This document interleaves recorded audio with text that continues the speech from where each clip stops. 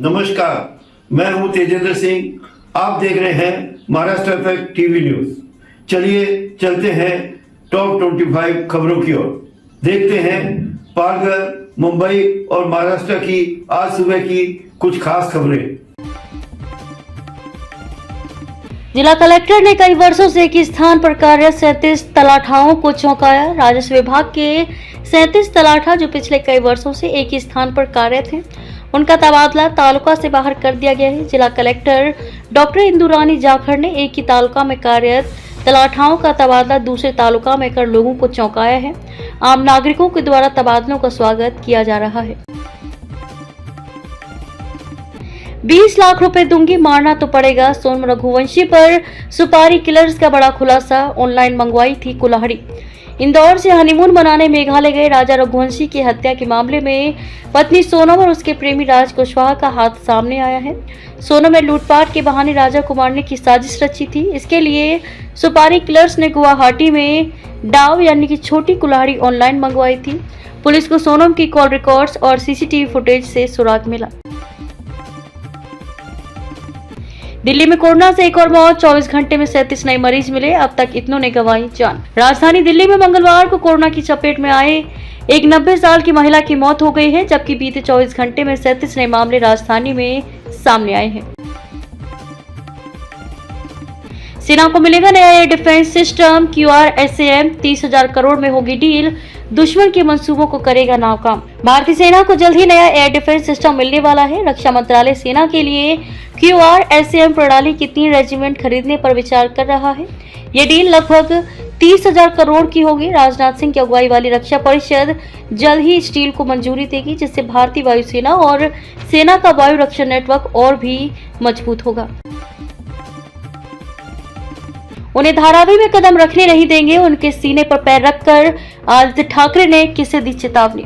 Shiv Sena UBT विधायक आदित्य ठाकरे ने धारावी पुनर्विकास पर महाराष्ट्र सरकार को घेरा। उन्होंने कहा कि मालिकों के लिए प्लान बना, आम जनता को नजरअंदाज किया गया। सैकड़ों कार्यकर्ताओं के साथ शिंदे गुट में शामिल डबल महाराष्ट्र केसरी चंद्रहार पाटिल का यूबीटी गुट को झटका। डबल महाराष्ट्र केसरी पहलवान चंद्रहार पाटिल ने सैकड़ों समर्थकों के साथ शिवसेना का दामन थाम लिया। उप मुख्यमंत्री शिंदे ने कहा कि वे नकली अखाड़ा छोड़ असली मैदान में आए हैं। 3 साल में लोकल ट्रेन के सफर में मौतों की संख्या चौंकाने वाली। सेंट्रल रेलवे के इन स्टेशनों पर सबसे ज्यादा मौतें पिछले 3 सालों में। मुंबई लोकल में यात्रा करते समय 7,560 यात्रियों की मौत हुई है और 7,293 घायल हुए हैं। सेंट्रल रेलवे रूट पर सबसे अधिक दुर्घटनाएं हुई हैं और ठाणे और कल्याण के बीच मौतों का आंकड़ा सबसे अधिक है। रेलवे पुलिस ने ये डेटा उजागर किया है। दिल्ली में 3 कूड़े के पहाड़ कब तक खत्म हो जाएंगे? मेयर राजा इकबाल सिंह ने खास इंटरव्यू में दिया ये जवाब। एमसीडी पहले 3 हिस्सों में बटी हुई थी, अब तीनों को एक कर दिया गया है। आपको कौन सा सिस्टम बेहतर लगता है? मेयर राजा इकबाल सिंह ने एनबीटी संवाद में इस मुद्दे पर अपनी बात रखी। इसके लिए उन्होंने लैंडफिल साइट समेत कई मुद्दों पर जवाब दिया। दिल्ली के दरिंदे की तलाश। 3 राज्यों में छापेमारी। 9 साल की बच्ची से दुष्कर्मी, हत्यारे के 2 साथी भी फरार। दिल्ली में 9 साल की बच्ची से रेप के बाद उसे सूटकेस में पैक करने के मामले में पुलिस ने 3 राज्यों में छापेमारी की है। हालांकि अब तक आरोपी पुलिस की पहुंच से दूर हैं। पहले मामूली फायदा, फिर फंसाई 97 लाख। शेयर मार्केट फ्रॉड के शिकार हुए कंपनी के CFO नोएडा में साइबर क्राइम। नोएडा में एक सोसाइटी में रहने वाले कंपनी अधिकारी से साइबर ठगों ने 97 लाख रुपए का फ्रॉड किया है। साइबर अपराधियों ने शेयर मार्केट में इन्वेस्ट कर प्रॉफिट कमाने का झांसा देकर इस ठगी को अंजाम दिया है। पुलिस ने शिकायत दर्ज कर जांच शुरू कर दी है। बांग्लादेश में जो प्रदर्शन में शामिल था, पश्चिम बंगाल की वोटर लिस्ट में उसका नाम मचा हड़कंप, तो CEO ने दिए जांच के आदेश। पश्चिम बंगाल के मुख्य निर्वाचन अधिकारी CEO ने दक्षिण 24 परगना जिले के DEO और जिला मजिस्ट्रेट को एक ऐसे व्यक्ति की जांच करने और रिपोर्ट देने का निर्देश दिया है जो कथित तौर पर दक्षिण 24 परगना जिले के काकद्वीप में वोटर है, लेकिन वह पिछले अगस्त में बांग्लादेश के छात्र आंदोलन में शामिल था।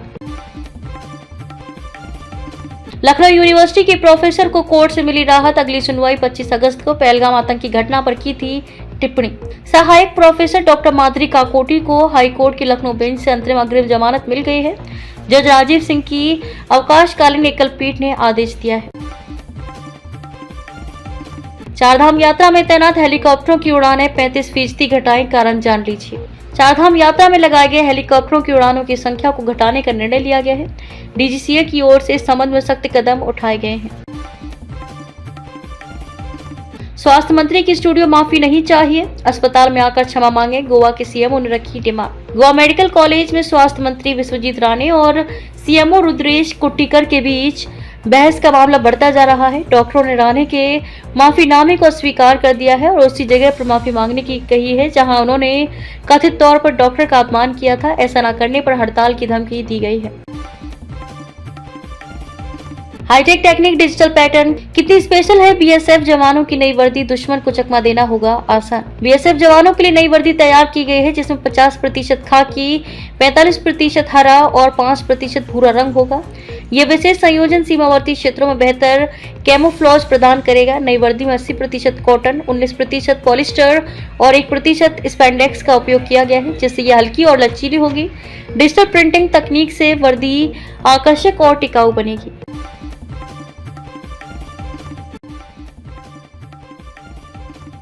बिल्डिंग में आग, 9वीं मंजिल से कूदे पिता और 2 बच्चों की मौत। दिल्ली के द्वारका में दर्दनाक हादसा।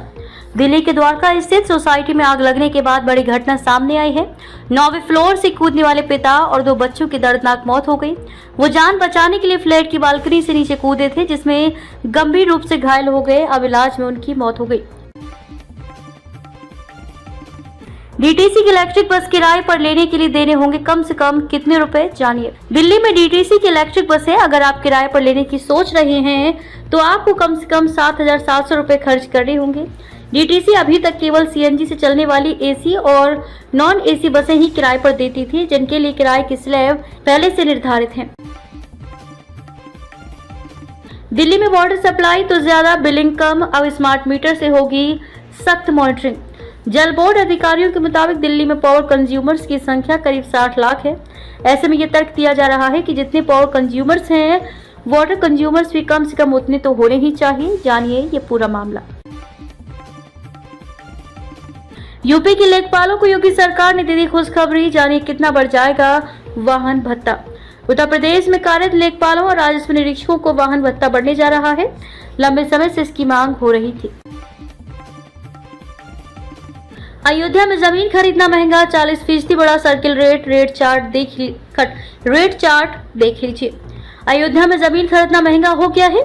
सोमवार से नए सर्किल रेट के आधार पर रजिस्ट्री की प्रक्रिया शुरू हुई। शहरी के साथ साथ ग्रामीण इलाकों में भी जमीन का रेट बढ़ गया है। मुझे सच में बहुत दुख है, टीएमसी सांसद साकेत गोखले ने सोशल मीडिया पर लक्ष्मीपुरी से मांगी माफी। टीएमसी सांसद साकेत गोखले ने पूर्व राजदूत लक्ष्मीपुरी से बिना शर्त एक्स पर माफी मांग ली है। कोर्ट ने साकेत गोखले का वेतन जब्त करने का आदेश दिया है। मामले को आक्रामक तरीके से आगे बढ़ाया जा रहा है। Derby missile, AESA radar, Bharat को इस महीने मिल रहे तेजस जेट में इजराइल ने लगाई है अपराजित तकनीक, पाक में मचेगा कोहराम। पाकिस्तान से संघर्ष के बाद भारत को इस महीने के अंत तक नए फाइटर जेट्स मिलने जा रहे हैं। वायुसेना को इस महीने के अंत तक हल्के लड़ाकू विमान तेजस का नया वेरिएंट मिलने जा रहा है जो इजरायली टेक्नोलॉजी से लैस है। पाकिस्तानी वायुसेना के 20% ढांचे नष्ट, चीनी वेपन बुरी तरह नाकाम, ऑपरेशन सिंदूर पर यूएस इंडो पैसिफिक कमांड का बड़ा खुलासा। भारत और पाकिस्तान के बीच हालिया संघर्ष पर पूरी दुनिया की नजर थी, खासकर अमेरिका ने गिद्ध की नजर बनाए रखी थी। अमेरिका चीनी हथियारों की क्वालिटी और मारक क्षमता जानना चाहता था। भारत और पाकिस्तान के बीच करीब 4 दिनों तक हुए संघर्ष के 1 महीना बीतने के बाद अब अमेरिका की इंडो पैसिफिक कमांड से संबंधित एक वेबसाइट की रिपोर्ट में कहा गया है कि पाकिस्तान के चीनी हथियार फ्लॉप रहे हैं। पाकिस्तान में भीतर तक घुसकर मारेंगे, भारतीय चाणक्य जयशंकर ने पाकिस्तान को दिया अल्टीमेटम, बताया कि ऐसे संघर्ष विराम के लिए गिड़गिड़ाया। भारत ने एक बार फिर पाकिस्तान को चेतावनी दी है कि बीते महीने सैन्य टकराव भले ही रुक गया है लेकिन इसकी वजह खत्म नहीं हुई है। अगर भारत को उकसाया गया तो वह पाकिस्तान के अंदर कहीं भी हमला करने के लिए तैयार है। भारतीय विदेश मंत्री डॉक्टर जयशंकर ने ब्रुसेल्स की यात्रा के दौरान पॉलिटिको से बातचीत के दौरान ये बात कही है। झूठ बोल रहे विजय माल्या, अभी भी 7,000 करोड़ रुपए बकाया कर्ज चुकाने के दावे पर सरकार। भगोड़े कारोबारी विजय माल्या के कर्ज चुकाने वाले दावे पर सरकार और बैंकों ने सख्त प्रतिक्रिया दी है। माल्या का दावा है कि उन्होंने बैंकों के सभी बकाया कर्ज चुका दिए हैं, फिर भी उन्हें परेशान किया जा रहा है। हमारे चैनल को अभी सब्सक्राइब करें और बेल आइकन दबाना न भूलें। धन्यवाद।